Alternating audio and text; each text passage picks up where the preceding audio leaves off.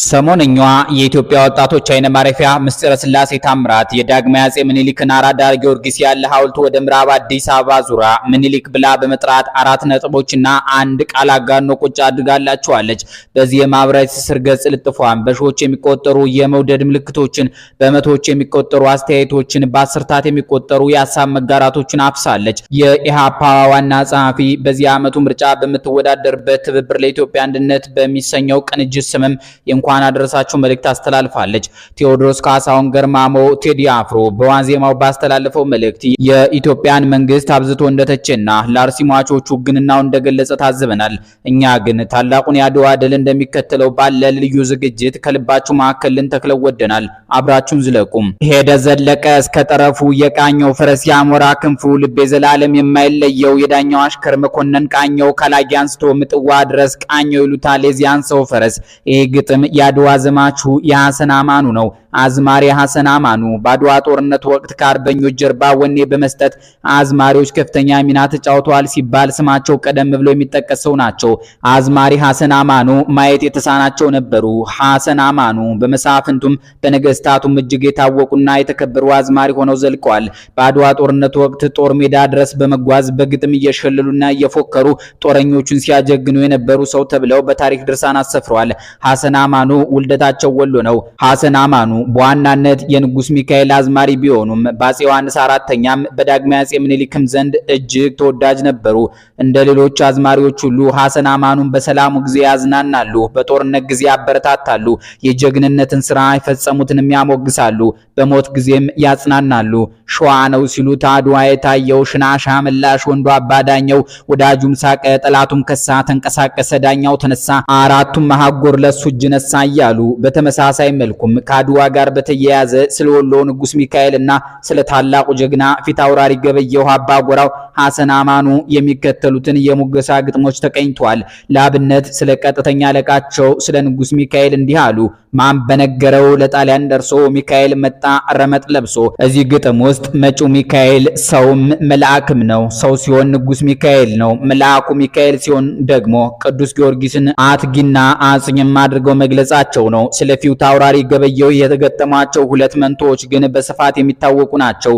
ታጭሎ ሲወቃ አድዋ ላይ ገብስ አናፋው ዘልቆ ጎራው በመትረየስ አድዋ ስላሴን ጥላት አረከሰው ገበየሁ በሞቴ ግባና ቀድሰው። አዝማሪ ሐሰን አማኑ ስለ ዳግማዊ አፄ ምኒልክና እቴጌ ጣይቱ ደግሞ እንዲህ ብለው ነበረ። ጣሊያን ገጠመ ክዳኛው ሙግት አግቦ አስመሰለው በሰራው ጥይት አሁን ማናለ በዚያ ዓለም ጣሊያን አስደንጋጭ ቀን ሲጨልም ግብሩ ሰፊ ነው ጠጁ ባህር የዳኛው ጌታ ያበሻገር አይኮረተም እጁ የዘናው ወንዱ ምኒልክ ዝንታ ዓለም ይቅናው ወዳጁም ሳቀ ጠላቱን ከሳ ተንቀሳቀሰ ዳኛው ተነሳ አራቱ አህጉር ለሱ እጅ ነሳ ፈረሱ ዳኛው ሚስቱ ጣይቱ ምጥዋ ወርዳ ቀዳች ወጥ ቤቱ። ባጭሩ ሐሰን አማኑ የቀደመው ዘመን የአዝማሪዎች ፈርጥ የግጥምና ቅኔ ባለሟል የታሪክ ዘጋቢ እንዲሁም ፈላስፋ ነበሩ። ለኖሩበት ዘመን የከበዱ ከዘመኑ ፍጹም የቀደሙ የስነ ግጥም ሊቅ ነበሩ። ሐሰን አማኑ የአድዋ ድልን በትውስታ የሚያስቃኙ እንዲሁም ጀግኖቹንና ፈረሶቻቸውን የሚያወድሱ ግጥሞችን በብዛት አምርተዋል። ለምሽግ ሰባሪው ጀግና ለልዑል ራስ መኮንን ወልደ ሚካኤል ጉዲሳ ላባቃኘው እንዲህ ብለዋል። ልክ እንዲገባ ያንጎበጎበው የዳኛው ቀኝ እጃን ተናቃኘው ሄደ ዘለቀ እስከ ጠረፉ የቃኘው ፈረስ ያሞራ ክንፉ ልቤ ዘላለም የማይለየው የዳኛው አሽከር መኮንን ቃኘው ከላይ አንስቶ ምጥዋ ድረስ ቃኘው ይሉታል የዚያን ሰው ፈረስ። በአድዋ ጦርነት እስከ አውደ ውጊያ የደረሰና የላቀ ተሳትፎ ከነበራቸው ሴት አዝማሪዎች መካከል አዝማሪ ጣዲቄ ተጠቃሽ ናቸው።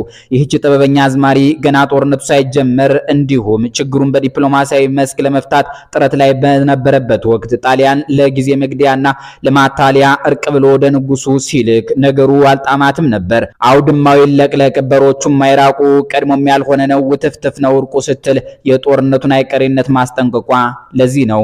ጦርነቱ ሊጀመር ቀናት በቀሩት ወቅትም ጦርነቱ ሀገርንና ክብርን ድንበርንና ወገንን የማዳን ተልዕኮ ያለው መሆኑን አዝማሪ ጣዲቄ በጥበቧ ጠቁማለች። ጦርነቱ ድንበር ጥሶ ባህር አቋርጦ የመጣን ወራሪ ለመመከት የሚደረግ የክብርና የማንነት ጉዳይ መሆኑን ለማሳየት ባህር ዘሎ መምጣት ለማንም አይበጅ እንደ ተልባ ሰፈር ትከዳለች እንጂ አትረጋም ሀገር ያለ ተወላጅ አረ ጉዱ በዛ አረ ጉዱ በዛ በጀልባ ተሻግሮ አበሻ ሊገዛ ስትል ወረራው ክብርን ነፃነትንና ማንነትን የማስከበር ተጋድሎ አስፈላጊ ስለመሆኑ ለማሳየት ጥረት አድርጋለች። አዝማሪ ጣድጌ በታሪካዊው አድዋ ጦርነት ብስለትና ብቃት ምጡቅና ረቂቅ የሆኑ በርካታ ሽለላና የዘፈን ግጥሞችን አርበኞች በተሰባሰቡበት ሁሉ አድርሳለች። ግጥሞቿና የምታስተላልፋቸው መልእክቶች ንጉሠ ነገስቱን የሚያነቁም መኳንንቱንና ሹማምንቱን የሚያስጠነቅቁና አርበኞቹን ለላቀ ግዳጅ የሚያበቁ እንደነበሩ ይነገራል። የአዝማሪ ጣድጌን ሙያዊ ተጋድሎ ያስተዋለው ሐኪም ሜሬብ የተባለው ፈረንሳዊ ከዝነኛው የስፓርታ የጦር ሜዳ ገጣሚ ቲርቴዎስ ጋር አመሳስሏታል። ከአድዋ ጦርነት በኋላ ንጉሠ ነገስት ዳግማዊ አጤ ምኒልክ የአዝማሪ ጣድጌን አበርክቶና አስተዋጽኦ ባለመዘንጋት ሽልማቶችን ወይዘሮ የሚል ማዕረግና በአዲስ አበባ ጣድቄ የሚባል የሰፈር ስያሜ ሰጥቷት እንደነበር ደራሲና ጋዜጠኛ ጳውሎስ ኞኞ አጤ ምኒልክ በሚለው መጽሐፋቸው ጽፏል። ጣድቄና ሌሎች አዝማሪዎች በአድዋው ጦርነት ወቅት በየአውደ ውጊያውና በየጦር ሰፈሩ እየተገኙ ካበረከቷቸው ዘመን ተሻጋሪ ግጥሞች መካከል የተወሰኑት እስከዚህ ትውልድ ድረስ እየወረዱና እየተወራረዱ ደርሰዋል።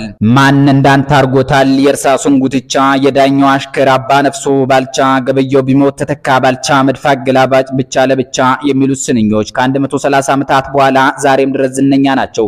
ታሪክን ኪነት ያደምቀዋል፣ ያልቀዋል፣ ያረቀዋል። የአድዋ ድል ታሪክ በዚህ ረገድ ሲቃኝ ገደኛ ነው ማለት ይቻላል። ምክንያቱም ስማቸውን ተቀምጦ ለመጥራት በሚከብዱ የኢትዮጵያ የኪነ ጥበብ ፈርጦች አድዋ ልቃለች፣ ደምቃለች፣ ረቃለች። ባለቅኔው ሎሬት ጸጋዬ ገብረመድህን አድዋን አንድም ቦታ ያደርጋታል። የአድማስ ምሰሶ አለት ጥጓ ሰማይ ጠቀስ ጭጋግ ዳሷ ይላታል። እለት ሲያደርጋት ደግሞ ከሞት የባርነት ስርዓት በደም ለነጻነት ስለት አበው የተሰውልሽ እለት እያለ ያሽሞነሙናታል። አድዋ ኢትዮጵያዊነት የተገመደበት የደም ቃል ኪዳን መሆኗን የሚነግረን ጸጋዬ በሕያው ብሩ ዘላለማዊ ቋሚ ቅርስ አስቀምጦልን አልፏል። በጸጋዬ ግጥም ውስጥ የአድዋ ውሎ በኪናዊ መንገድ ተተርኳል። የአድዋ ጀግኖች እነ ፊት አውራሪ ገበየሁ ጉሩሞ፣ አባ ጎራው፣ ደጃች ባልቻ ሳፎ፣ አባ ነፍሶ፣ ራስ መኮንን ወልደ ሚካኤል፣ አባ ቃኘው፣ ፊት አውራሪ ሀብተ ጊዮርጊስ ድነግዴ፣ አባ መላ እንዲሁም መሪው ዳግማዊ አፄ ምኒልክ አባ ዳኘው ተዘክረዋል። አድዋ የኩሩ ደም ባንቺ ጽዋ ታድማ በመዘንብሏ አጽምሽ በትንሳኤ ነፋስ ደምሽ በነጻነት ዋስ ሲቀሰቀስ ትንሳኤዋ ተግ ሲል ሲነር ትቢያዋ ብርትር ሲል ጥሪዋ ደውልም ሲል ጋሽዋ ሲያስተጋባ ከበሮዋ ሲያስገመግም ዳኘው መድፏ ያባ መቻል ያባ ዳኘው ያባ ነፍሶ ያባ ቃኘው ያባ በለው በለው በለው በለው በለው በለው በለው አድዋ ያንቺን ጽዋ ያንቺን አይጣል ማስቻል ያለው አባ መቻል በዳኘው ልብ ባባ መላው በገበየው ባባ ጎራው ባባ ነፍሶ ባባ ቃኘው በለው ብሎ በለው በለው ዋ አድዋ። ጸጋዬ ለአድዋ ሲሆን እንዲህ ነው። ሌላዋ አድዋን ያረቀቀችው ትንግርተኛዋ ሙዚቀኛ እጅጋየሁ ሽባባው ናት። ጂጂ አድዋ በተሰኘው የጂጂ ሙዚቃ የአድዋ ሰማዕታት ዋጋ ተተምኗል። የመስዋዕትነት ዋጋው ሰው ነው። ሰው የሰው ልጅ ክቡር ሰው መሆን ክቡር ሰው ሞቷል። ሰው ሊያድን ሰውን ሲያከብር በደግነት በፍቅር በክብር ተጠርቶ በክብር ይሄዳል። ሰው ሊኖር ሰው ሞቶ።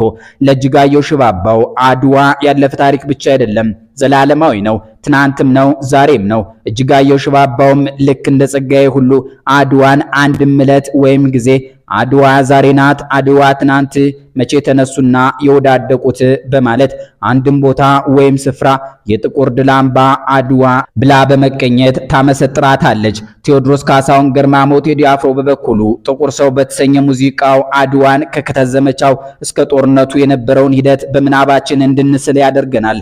ኑ አድዋ ላይ ንክተት፣ ያ የጥቁር ንጉስ አለና የወኔው እሳት ነደደ፣ ለአፍሪካ ልጆች ድል ቀና። እነዚህ አምስት የሀገራችን የኪነ ጥበብ ፈርጦች አድዋን ከፍ አድርገውልናል። ክብርና ምስጋና ይገባቸዋል። በአንዳንድ ጀግኖች ገድል እንሰነባበት። ፊታውራሪ ገበየሁ ጉሩሞ የተመሰከረላቸው የአድዋ ጀግና ናቸው። የአድዋ ስላሴን ጠላት አረከሰው ገበየሁ በሞቴ ግባና ቀደሰው የተባለላቸው ለሳቸው ነው።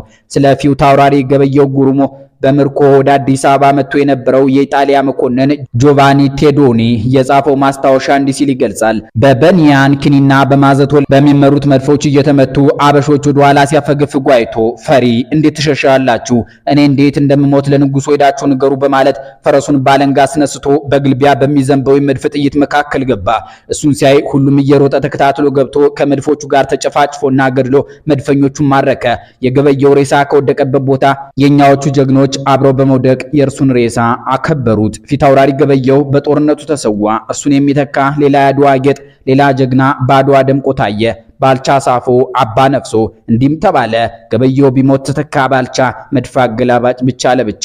ደጃዝማች ባልቻ ሳፎ አባ ነፍሶ ከ1854 ዓ.ም እስከ 1929 ዓ.ም የኖሩ ታላቅ ኢትዮጵያዊ ናቸው። በመድፍ አተኳኮስ ጥሩ ስም ያተረፉ፣ በአድዋ ጦርነት እስከ መቁሰል የተዋጉ ጀግና አርበኛ ነበሩ። በአገር ገዥነት ሐረርጌን፣ ባሌልና ሲዳማን አስተዳድረዋል። ባልቻ ቁጡ፣ እውነተኛና ላመኑበት የማይወላውሉ ናቸው። በፋሽስት ዘመን በስተርጅና በከፈሉት የአርበኝነት ሰማዕትነት ተጋድሏቸው ስመ ዝክራቸው ሕያው ነው። ላበረከቱት አስተዋጽኦ በአዲስ አበባ ከተማ በስማቸው ሆስፒታል ተሰይሞላቸዋል። ክብር ለአድዋ ጀግኖች ይሁን። ለዚህ ዝግጅት በምንጭነት የኢትዮጵያ ታሪክ ከአፄ ቴዎድሮስ እስከ ቀዳማዊ ኃይለ ሥላሴ በተክለ ጻዲቅ መኩሪያ፣ የዓለም ምርጥ ጀግኖች በዋለልኝ እምሩ፣ አጤ ምኒልክ በጳውሎስ ኞኞ፣ ህብረ ኢትዮጵያ በቴዎድሮስ በየነ የተጻፉትን ሰነዶች ተጠቅመናል። መልካም በዓል ይሁንላችሁ።